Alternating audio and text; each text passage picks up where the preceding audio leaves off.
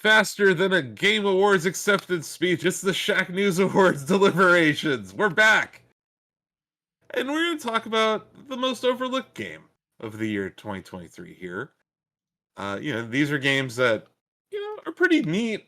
They did something cool.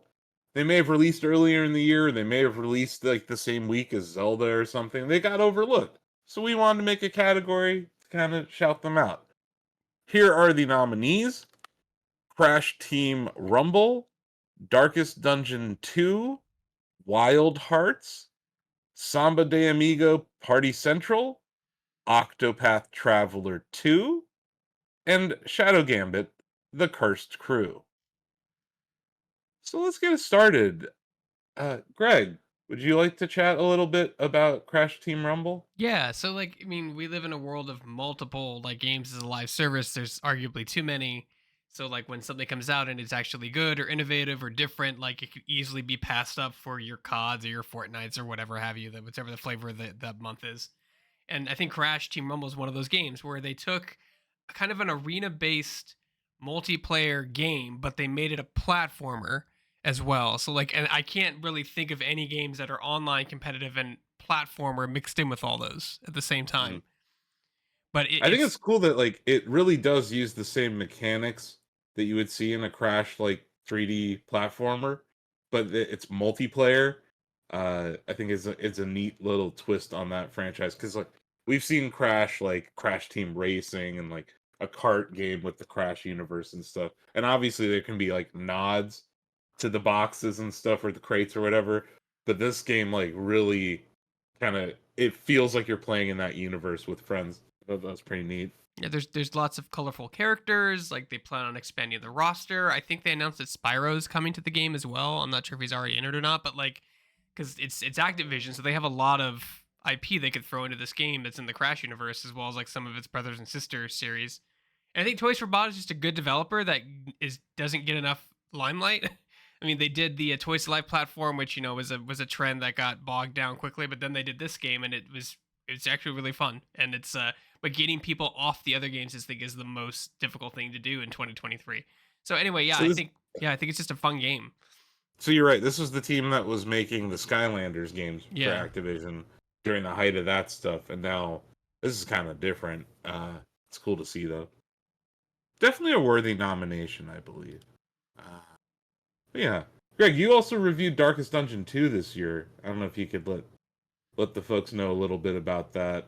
Why you think it was overlooked this year, maybe? Oh yeah, because it's still a really good game. It's just the first one was so punishing, and I think two was also in early access for a year and some change. So by the time it comes out, it's just like a soft launch, so people have played it, and I enjoyed my time with it. But I think because the death mechanic wasn't nearly as punishing, it fell Yeah. off a lot of people's radar because it was like, okay, I have this character, his name is Leon.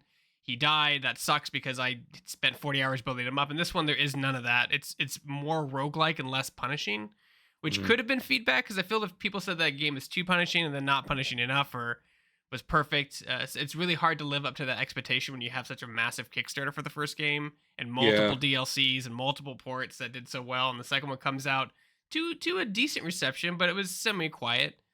I Once. think you brought up a point though that I think is a good one for this category.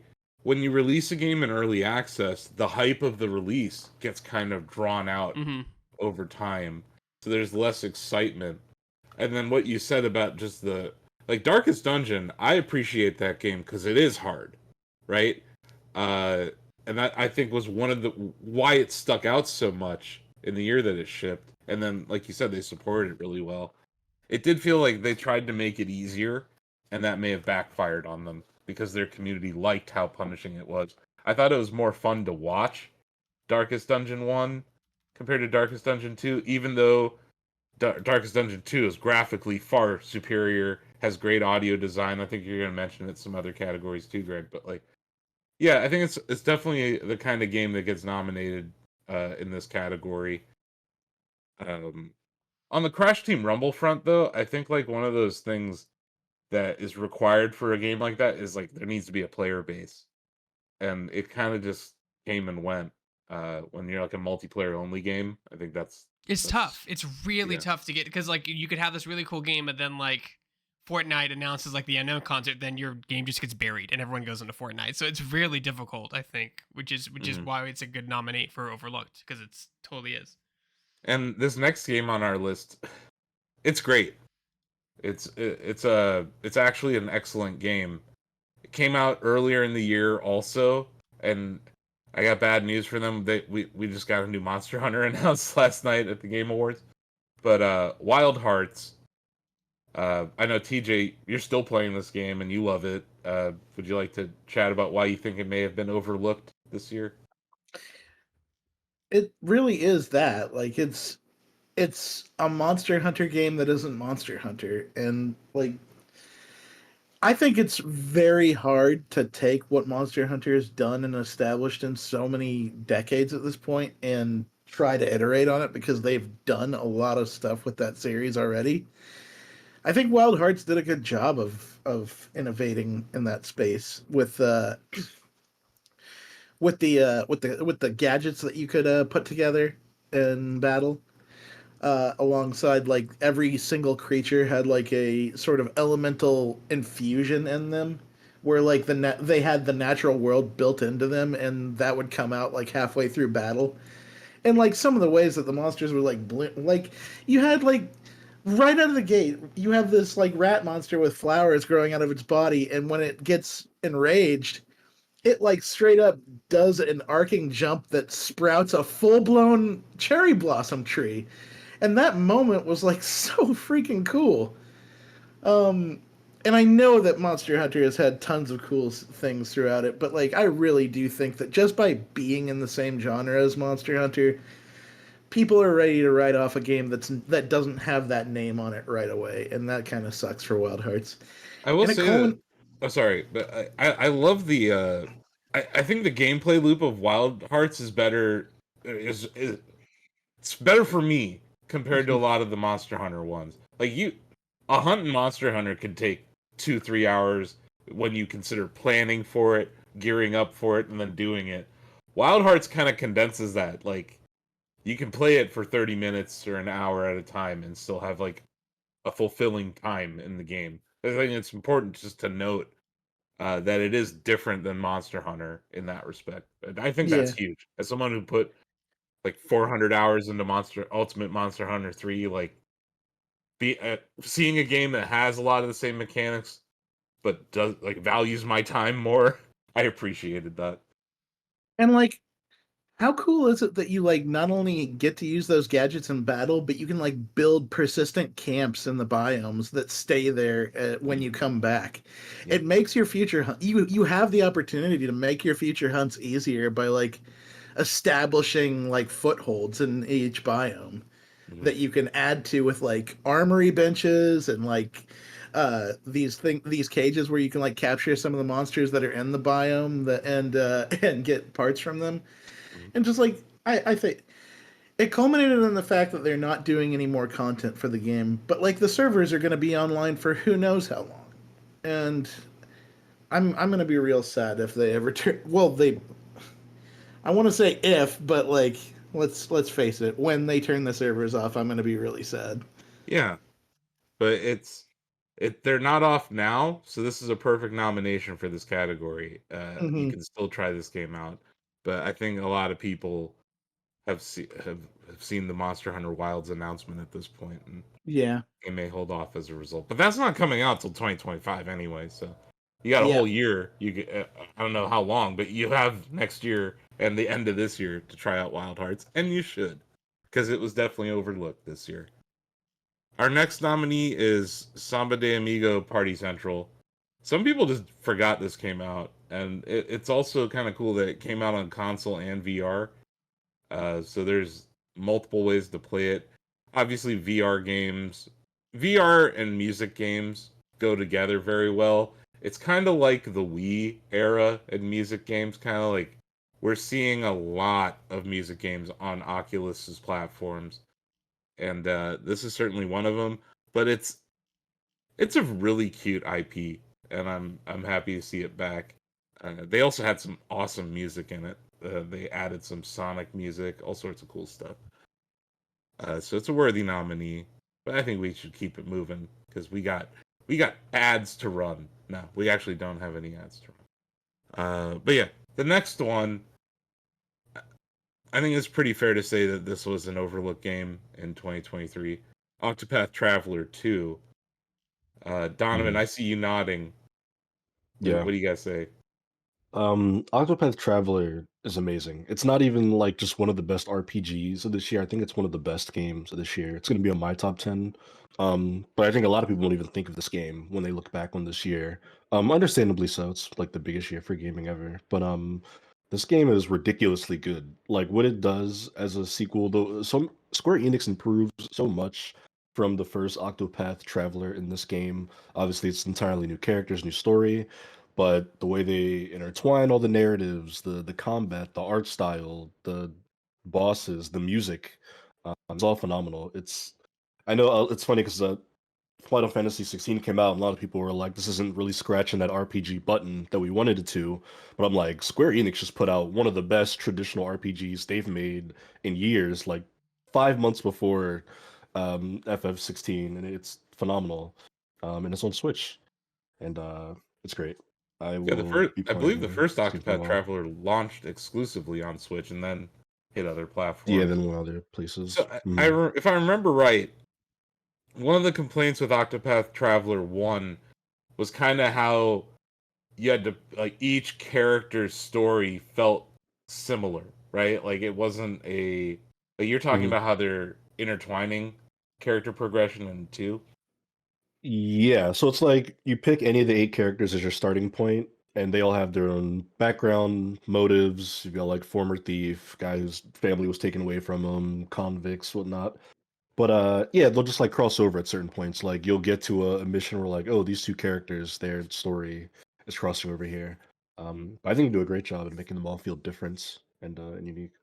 Nice. I think that Yeah. that was a complaint I remember from the first one. There was a little bit of sameness to some of Mhm. the story progression. I gotta agree with Donovan. I think Mhm. Octopus Traveler is definitely a banger that has not gotten this much conversation this year for sure. Yeah. But It's yes, showing up in several nomination categories for us this year. Yeah. But yeah, it does. I mean, we're recording this the day after the Game Awards, and Octopath Traveler 2, I don't think they said the name once during that Did he get entire. nominated for best RPG, which I thought was Yeah. pretty That's a crazy. it's a huge shocker how many things it could have been nominated for and didn't. yeah, Like, it has a great art style. The character portraits are awesome. The music is some of the best in RPG that I've heard. Hmm. As like Donovan said, they really did a good job of diversifying the characters and what they can do. Like, there isn't a single character in Octopath Traveler 2 that I've picked up that I haven't found a use for at some point. Yeah. Hmm. Um, and then like just and there were a lot of good RPGs this year. There was Final Fantasy 16. There was Cyberpunk got its DLC. Star Starfield is Ocean. Starfield is pretty dang good. Star Ocean is phenomenal, and it was just a packed year for RPGs. But to pretend like Octopath Traveler 2 doesn't deserve to be in that conversation in any of these categories is insanity to me. That's why it's here in this category, because a lot of people overlooked it. And just real quick, as an aside, I would love to see them take the Octopath Traveler 2 engine and build a new Mario RPG. You want that art Ima- style? with that art style and like the 8 character setup, like, just Hmm. I think they could do something really different with it. And it seems like Square and Nintendo are working together again a little bit, so that'd be neat. Yeah. Just a thought. Our last nominee, though, Shadow Gambit: The Cursed Crew. People forgot this came out this year, so it's definitely overlooked. TJ, I think you're the patron saint of this game, right? Yeah, and it's wild too because Me Games has not had a miss in the strategy genre. They have had this is their third major game at this point that I'm aware of. They had the Shadow Tactics one that was focused on feudal Japan. Desperados 3 with THQ Nordic, which was focused on the Wild West.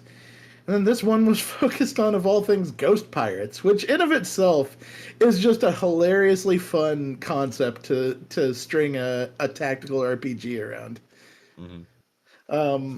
And like they innovate on so much in that style. Like these characters can do all sorts of crazy things, whether it's like there's this the main character, she's like an astral swordsman, and if she targets an enemy, she will like throw their cutlass through them and then teleport to the cutlass and take it out of them. Another guy, like he's a headless fisherman, and you can throw his head out into the field as a distraction to enemies because they'll like see it and go pick it up. Like, why the hell is his skull here? And then he has like a fishing hook that he can like open doors from like distance or mess with like winches for like environmental kills that would drop a crate on somebody. It's really fun what kind of Yeah. interactions you can do with their abilities. I had some time in Desperados 3 or whatever, and yeah, they're the puzzles that they create in their levels are so cool. And like Mhm. the way that their gameplay mechanics inform the design of those, I think is awesome. And so it sounds like they kind of took that to a new level in this game. Their scenario maps are freaking gorgeous as Yeah. well. Yeah. Like they are so damn good at map design. I love like every single level in all of their games is just like a story to be told as you explore this massive space.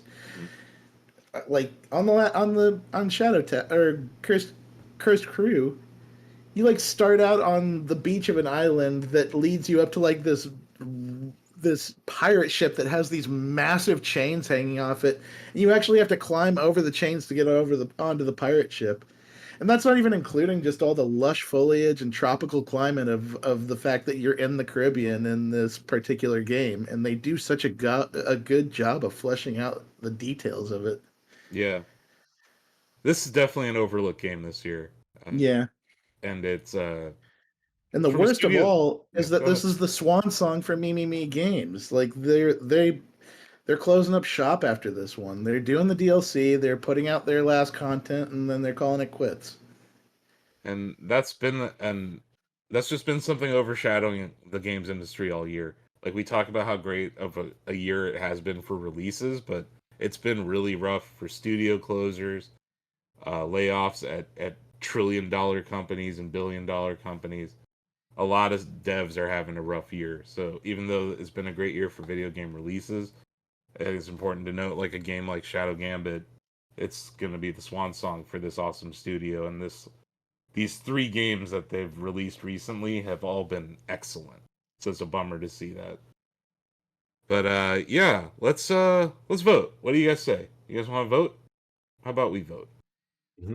I'm gonna start with Steve, the host of the Steve Tendo Show, who is now over 400 episodes deep into that series. So congratulations. Thank you, sir. I am going with Octopath Traveler 2 as my overlooked game. And I think this category, all these games, I think could win this category, and I think they're all great nominations. So shout out to everyone who made these games this year. Okay, Bill. Octopath Traveler 2. Hmm. TJ. I think I'm gonna go with Octopath. I love that game so very much. Greg. I think I'm gonna go with Shadow Gambit. There's no wrong votes here, but I'm gonna wait. Donovan. Octopath Traveler 2. David. Yeah, I thought Donovan made a good case for Octopath Traveler 2. For a while, I was considering Crash just because Crash was such a big name for so many years, but he's kind of just been obscure for a little while, I think. Mm-hmm. Danny. Yeah, I definitely got to roll with Octopath Traveler to you on this one. Okay. Let me go get our absentee ballots here. It looks like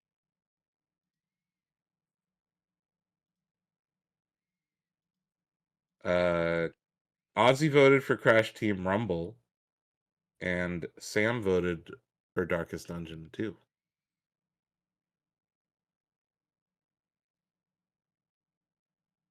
So my vote doesn't matter, you guys. Mm. I'm gonna vote for Wild Hearts though.